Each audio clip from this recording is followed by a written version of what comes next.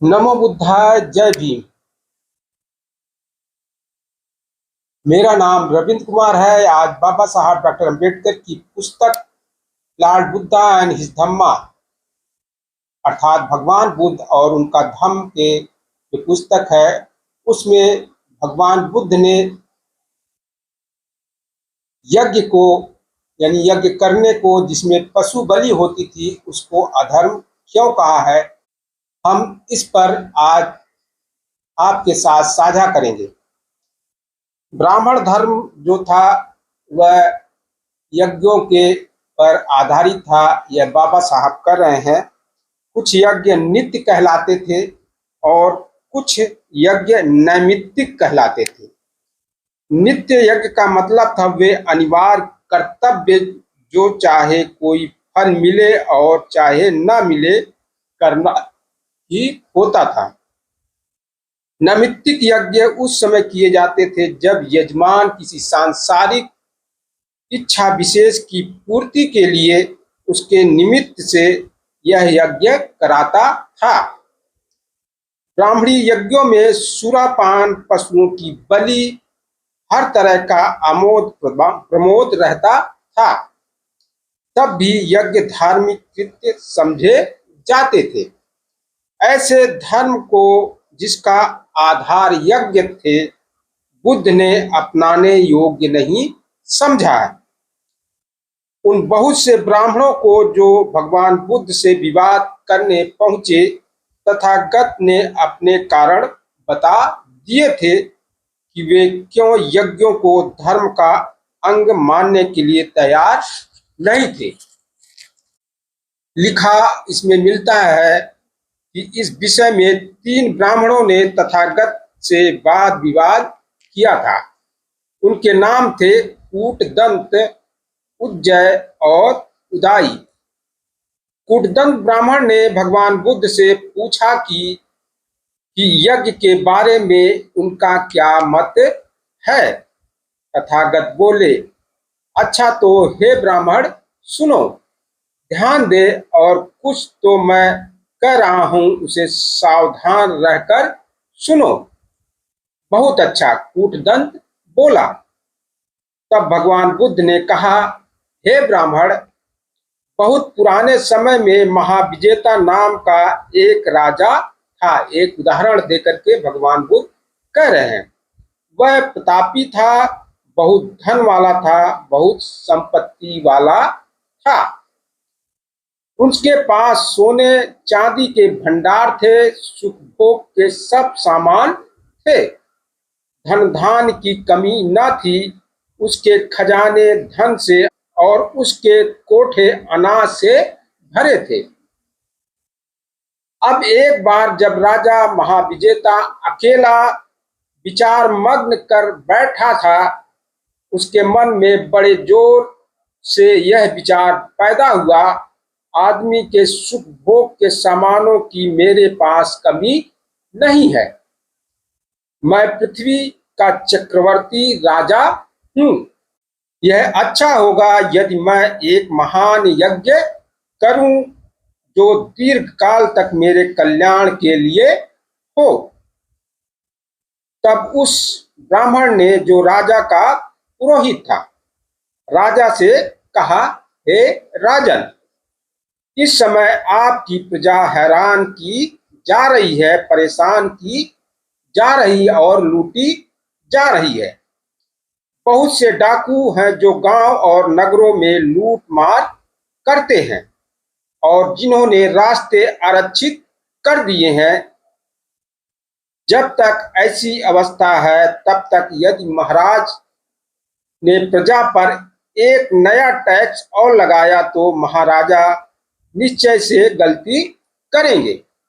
लेकिन हो सकता है महाराज यह सोचे कि मैं शीघ्र ही उन दुष्टों की सब कार्रवाइयां रोक दूं। यानी हो सकते राजा सोचे कि वो जो दुष्ट हैं उसका उन पर कार्रवाई वह करके उन्हें नेस्तनाबूद कर दे, उनको पकड़वा लूंगा। यह सोचे उन पर जुर्माना करूंगा, उनको देश निकाला दूंगा।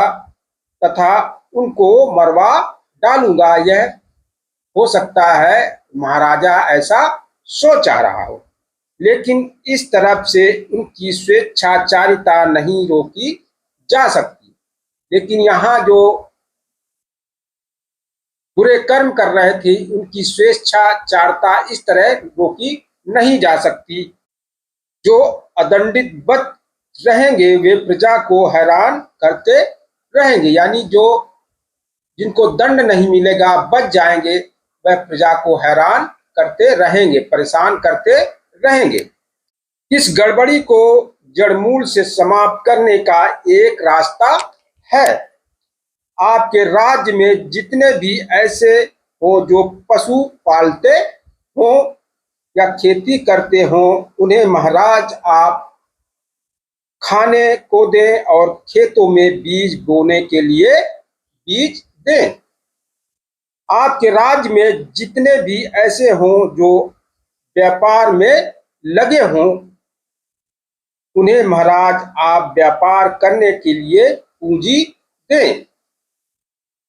आपके राज्य में जितने भी ऐसे हों जो सरकारी कर्मचारी हों, उन्हें महाराज आप भोजन और वेतन दें। तब जब सब कोई अपने अपने काम में लगे रहेंगे तो वे देश में उत्पात नहीं मचाएंगे। राजा को राजकर से अधिक आय होने लगेगी।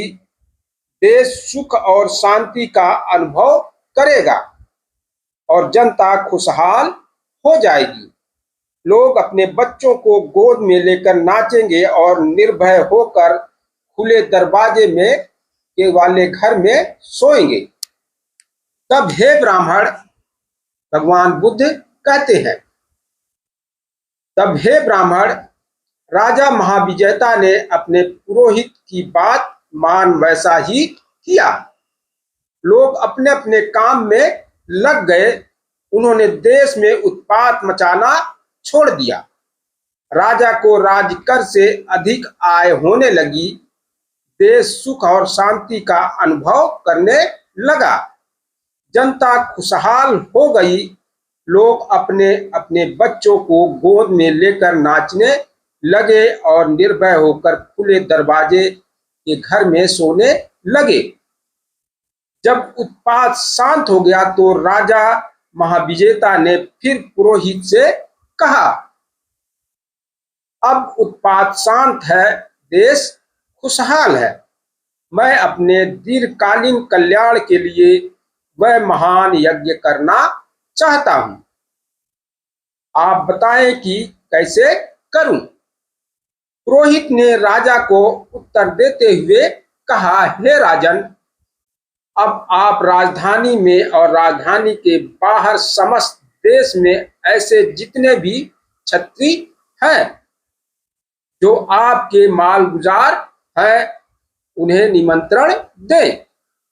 जो मंत्री हैं, राज्याधिकारी हैं, प्रतिष्ठित ब्राह्मण हैं या जो संपन्न गृहपति हैं, उन सब को निमंत्रण भेजें और कहें कि मैं दीर्घकालीन कल्याण के लिए महान यज्ञ करना चाहता हूं। आप उसकी स्वीकृति दे दें। तब हे ब्राह्मण, भगवान बुद्ध ने कूटदंत से कहा, हे ब्राह्मण, जैसा पुरोहित ने कहा वैसा ही राजा ने किया। उन क्षत्रियों, मंत्रियों, ब्राह्मणों और गृहपतियों ने भी वैसा ही उत्तर दिया, हे राजन, आप महान यज्ञ करें। राजन, यह समय महान यज्ञ करने के लिए अनुकूल है। राजा महाविजेता बुद्धिमान था और अनेक बातों में बहुत कुशल था। उसका पुरोहित भी वैसा ही बुद्धिमान था और बातों में बहुत कुशल था। हे ब्राह्मण कूटदंत, तब उस पुरोहित ने यज्ञ के आरंभ से पहले राजा को बता दिया कि उसमें कितना धन व्यय हो सकता है। पुरोहित ने कहा, महाराज, कहीं ऐसा न हो कि यज्ञ आरंभ करने के पूर्व या यज्ञ करते समय अथवा यज्ञ कर चुकने के अनंतर आपके मन में यह विचार उत्पन्न हो कि अरे, इस यज्ञ में तो मेरी संपत्ति का बड़ा हिस्सा लग गया। तो ऐसा विचार मन में नहीं आना चाहिए। और हे ब्राह्मण, यानी भगवान बुद्ध ने कूटदंत से कहा, हे ब्राह्मण, उस पुरोहित ने यज्ञ आरंभ होने से पहले बाद में राजा के मन में यज्ञ में भाग लेने वालों को लेकर कोई पश्चाताप न हो, इसलिए राजा को कहा, हे राजन, आपके यज्ञ में हर तरह के लोग आएंगे, ऐसे भी जो जीव हत्या करते हैं, ऐसे भी जो जीव हत्या नहीं करते हैं, ऐसे भी जो चोरी करते हैं, ऐसे भी जो चोरी नहीं करते हैं, ऐसे भी जो काम भोग संबंधी मिथ्याचार करते हैं और जो नहीं करते हैं, ऐसे भी जो झूठ बोलते हैं, ऐसे भी झूठ जो नहीं बोलते, ऐसे भी लोग आएंगे जो झूठी चुगली करते हैं और उसमें ऐसे भी हैं जो झूठी चुगली नहीं करते, और उसमें ऐसे भी लोग आएंगे जो कठोर बोलते हैं, ऐसे भी जो कठोर नहीं बोलते, ऐसे भी जो व्यर्थ का बकवास करते हैं और ऐसे भी जो व्यर्थ की बकवास नहीं करते, ऐसे भी जो लोभ करते हैं, ऐसे भी जो लोभ नहीं करते, ऐसे भी जो द्वेष करते हैं, ऐसे भी जो द्वेष नहीं करते,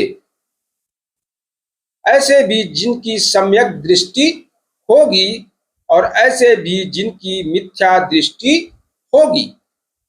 इन्हें जो बुरे हों उन्हें बुराई के साथ पृथक रहने दें, और हे राजन, जो भले हों उनके लिए आप यथा योग्य करें, उन्हें संतुष्ट करें, इससे आपके चित्त को आंतरिक शांति प्राप्त होगी। पुरोहित ने महाराजा से कहा, महाविजेता से कहा। और भगवान बुद्ध फिर कहते, हे ब्राह्मण कूटदंत, महाविजेता द्वारा कराए गए इस यज्ञ में भीषण हत्या नहीं हुई, बकरियों के गले नहीं काटे गए थे, मुर्गे मुर्गियां नहीं मारी गई थी, और मोटे सुअर तथा अन्य किसी भी तरह के प्राणियों की बलि नहीं चढ़ाई गई थी। यूप यानी बध स्तंभ बनाने के लिए कोई पेड़ नहीं काटे गए थे, और यज्ञ स्थल पर बिखेरने के लिए दूब घास नहीं काटी गई थी, और वहां जो दास जो इधर उधर आने जाने वाले तथा जो अन्य कर्मी काम कर रहे थे, वे दंड या भय के कारण अश्रुमुख होकर काम नहीं कर रहे थे। जिनकी सहायता करने की इच्छा होती थी वह काम करता था, जिनकी इच्छा नहीं होती थी नहीं करता था। जो किसी ने करना चाहा वह किया, जो नहीं करना चाहा वह नहीं किया और छोड़कर चले गए। उस यज्ञ में भी तेल, मक्खन, दूध, मधु और शक्कर के अतिरिक्त और कुछ नहीं काम में आया। यदि आप कोई यज्ञ करना चाहते हो तो आप यज्ञ वैसा ही होना चाहिए जैसे महाराज महाविजेता का था, अन्यथा यज्ञ व्यर्थ है। पशुओं की बलि निर्दयता मात्र है। यज्ञ कभी धर्म का अंग हो ही नहीं सकते। यह धर्म का निकृष्टतम रूप है जो कहता है कि पशुओं की बलि देने से आदमी स्वर्ग जा सकते हैं। तब कूटदंत ब्राह्मण ने प्रश्न किया, हे गौतम, तो क्या कोई दूसरा यज्ञ है जिसमें पशुओं की बलि तो ना देनी पड़े, किंतु जिसके करने से अधिक फल मिले, अधिक कल्याण हो। हे ब्राह्मण सुनो, हाँ ऐसा है। फिर ब्राह्मण कहता, हे गौतम, ऐसा यज्ञ कैसे क्या होगा? तो भगवान बुद्ध उस ब्राह्मण से कहते हैं कि जब एक आदमी श्रद्धा युक्त होकर जीव हत्या से विरत रहने का संकल्प करता है, चोरी से विरत रहने का संकल्प करता है, कामभोग संबंधी मिथ्या से विरत रहने का संकल्प करता है, झूठ से विरत रहने का संकल्प करता है, सुरा में मद्य आदि नशीली चीजों के सेवन से विरत रहने का संकल्प करता है, तो यह एक ऐसा यज्ञ है जो यज्ञों के निमित्त बड़े खर्चे करने से अच्छा है, जो भिक्षुओं के ठहरने के निमित्त विहार आदि बनवाने से भी अच्छा है, जो निरंतर भिक्षा देते रहने से भी अच्छा है, जो त्रिशरण ग्रहण करने से भी अच्छा है।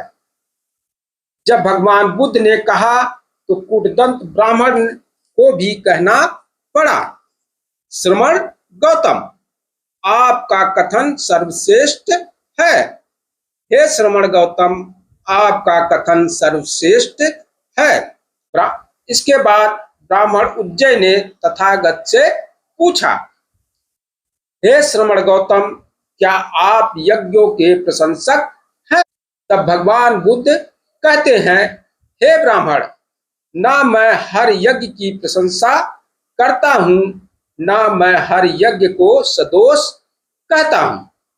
हे ब्राह्मण, जिस किसी यज्ञ में भी गो हत्या हो, बकरियां या भेड़ें मारी जाए, मुर्गे मुर्गियां और सुअर मारे जाए, और भी दूसरे नाना तरह के प्राणियों की हत्या हो, इस प्रकार का यज्ञ जिसमें पशु बलि दी जाती हो, हे ब्राह्मण, मेरी प्रशंसा का पात्र नहीं। ऐसा क्यों? उस ब्राह्मण ने पूछा। हे ब्राह्मण, इस प्रकार के यज्ञ के जिसमें पशुओं की हत्या होती है, ना तो श्रेष्ठ जन पास फटकते हैं और न श्रेष्ठ मार्ग पर चलने वाले ही पास फटकते हैं। लेकिन हे ब्राह्मण, जिस यज्ञ में गो हत्या नहीं होती, पशुओं की हत्या नहीं होती, ऐसा यज्ञ जिसमें पशुओं की बलि नहीं दी जाती, ऐसा यज्ञ मेरी प्रशंसा का पात्र है। उदाहरण के लिए चिर स्थापित दान या परिवार के सदस्यों के कल्याण के लिए त्याग। ऐसा क्यों? उस ब्राह्मण उज्जय ने पूछा। क्योंकि हे ब्राह्मण, जिस यज्ञ में पशुओं की बलि नहीं दी जाती, ऐसे यज्ञ के श्रेष्ठ जन भी पास आते हैं, और वे भी जो श्रेष्ठ मार्ग पर चलते हैं। फिर तीसरे ब्राह्मण उदाई ने भी भगवान बुद्ध से वही प्रश्न किया। उसने कहा, श्रवण गौतम, क्या आप यज्ञ की प्रशंसा करते हैं? तथागत ने जो उत्तर उज्जय को दिया, वही उदाई ब्राह्मण को भी दिया।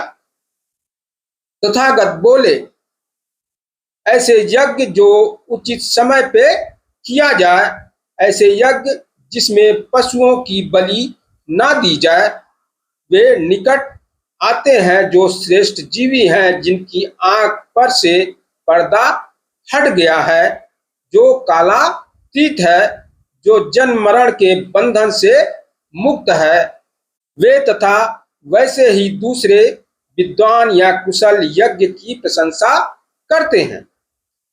यज्ञ अथवा श्रद्धा युक्त कर्म में श्रद्धा युक्त चित्त से पुण्य क्षेत्र से जो बीज बोया जाता है, अथवा जो श्रेष्ठ जीवी है, उन्हें जो दान दिया जाता है, उससे देवता भी प्रसन्न हो जाते हैं।